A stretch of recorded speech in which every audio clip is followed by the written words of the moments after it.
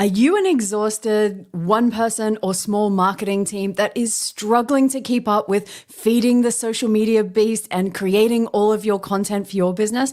Never fear. Help is on the way, and this episode is for you. G'day everyone, it is Coach Michelle J Raymond back again for another episode. And in this week's podcast, if you are exhausted from trying to keep up with the demands of creating so much content to feed the beast, to keep the algorithm happy, don't worry, I'm going to cover my favorite format of content that is really going to save you time. In today's episode, I'm going to be sharing my secrets into how I actually can keep up within my business. So there's myself and Lil that are doing everything.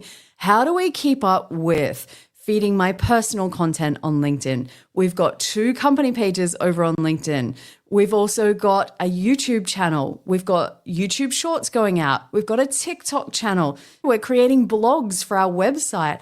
How are we doing all of this and a LinkedIn newsletter with just a small team? And I can tell you it's by following this process, using this format of content, and having the right tools, which if you stick around to the end, I'm going to share exactly the 3 main tools that I use that you can use as well to keep up. And honestly, this is a game changer.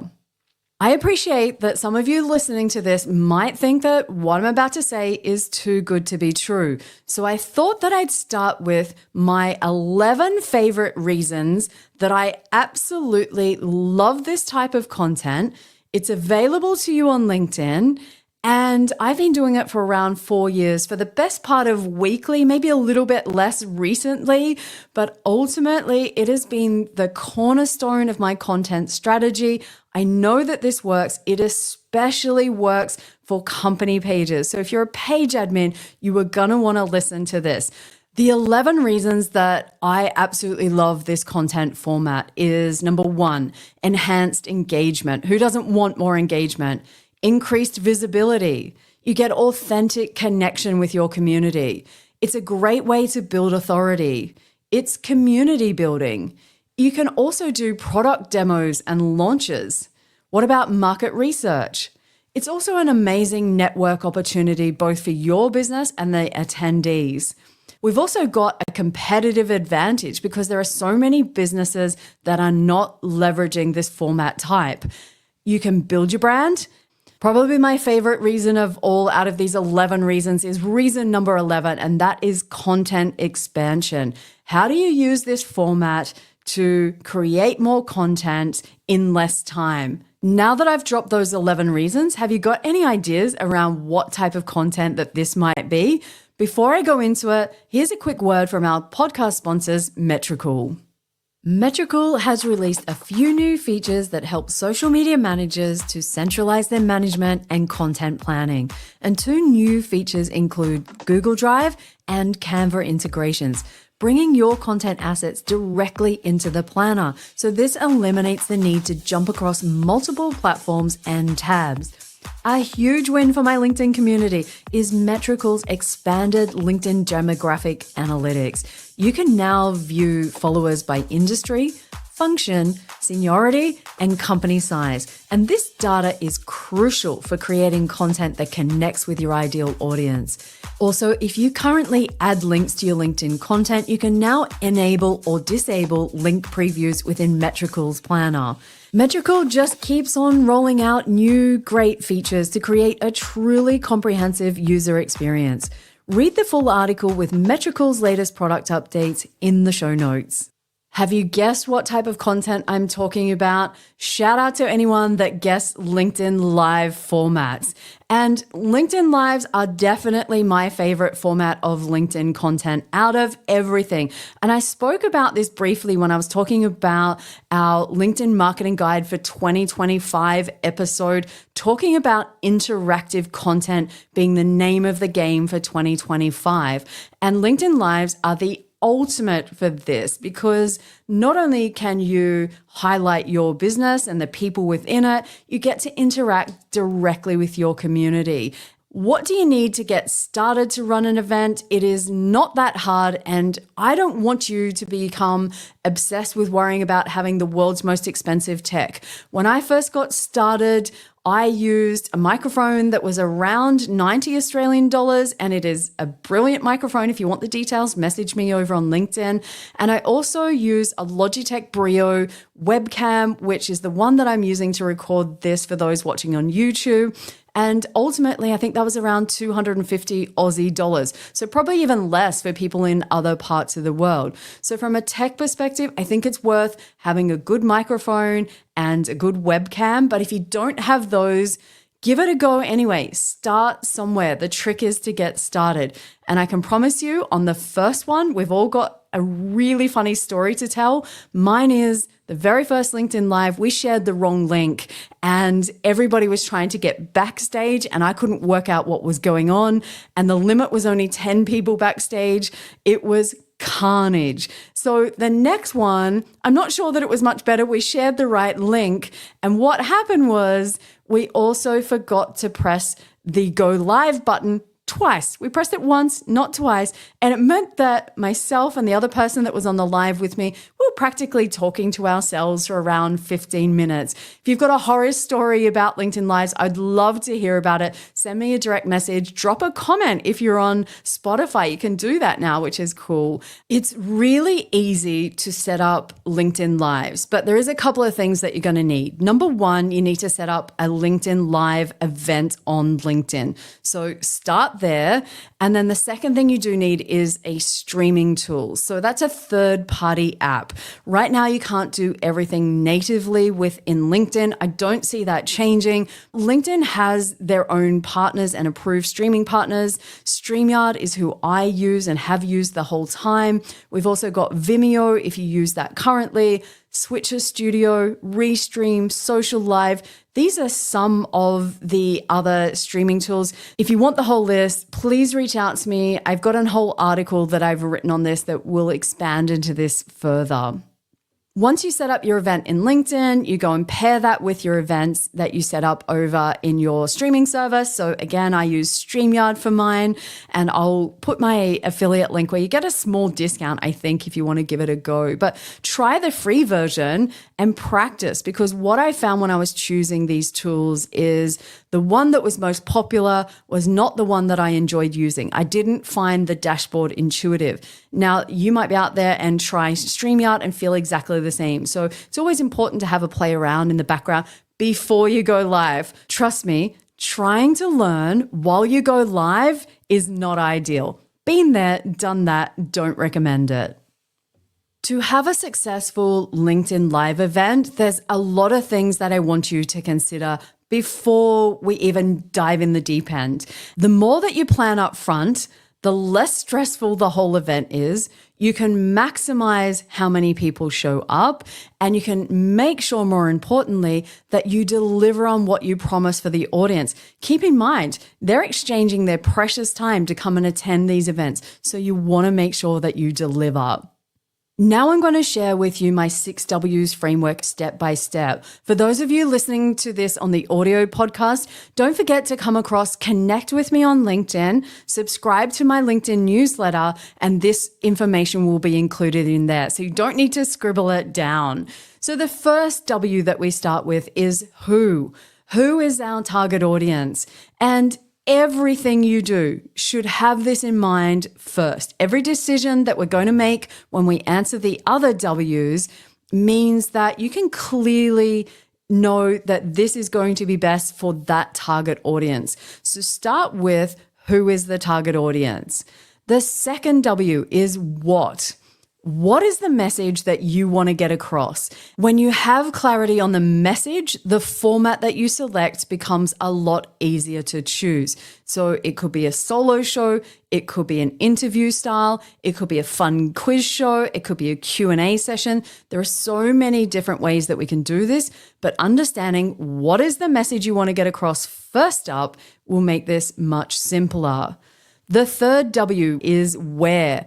Where will you go live? On a personal or a company page? And there's pros and cons of both. And this can really depend on what you're trying to achieve. Is it brand awareness for the business? Is it growing followers for the company page?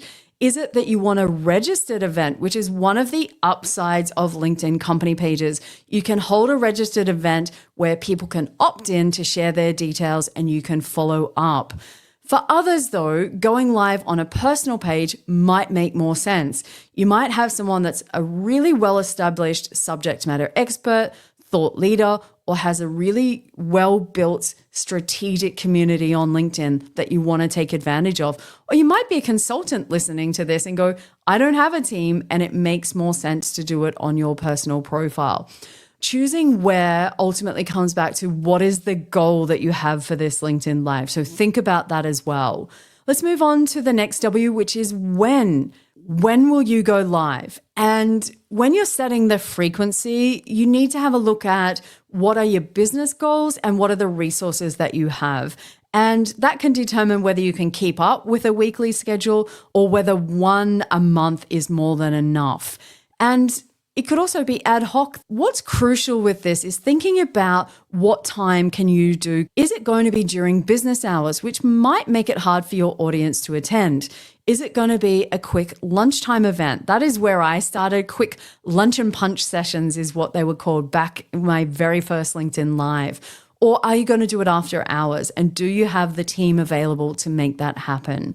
But once you've decided the frequency and the timing of your LinkedIn Live, let's have a look at why.